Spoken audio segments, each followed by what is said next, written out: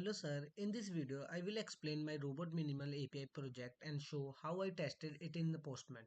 First, the project is built using NAT minimal API at the top of the code. I created the web application using web application create builder. Then I build the app and enable HTTPS redirection. This setup allow the API to run on localhost.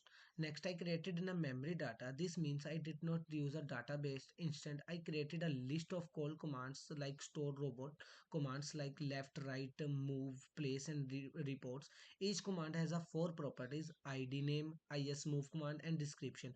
I also created robot map object with a row and column, and I set up the default map size to 5 by 5. Now I will explain the endpoints, and the first endpoint is get. This is a test endpoints. When I run the project using .NET Run and open Postman, I send a get request to HTTP localhost 5035. It returns hello robot with a status code 200. Okay, this confirm the API is running successfully. The next endpoint is uh, get, and the get I using the robot commands. This returns all robot commands in JSON format in the Postman. When I send the request, I receive a list of all commands with status 200. Okay, then I created get robot commands move. This filters only the commands where I move command is true. For example, move is returns this show filter logic. And next I get robot commands.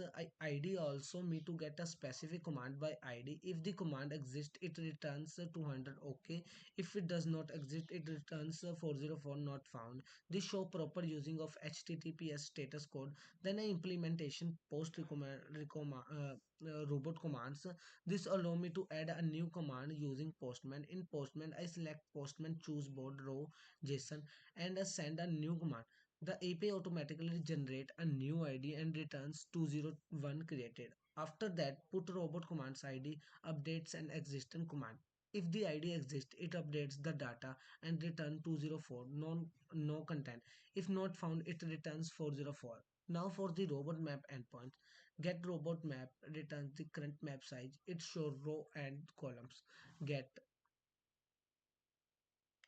get robot map coordinating checks if coordinate like 2 or 3 inside the map.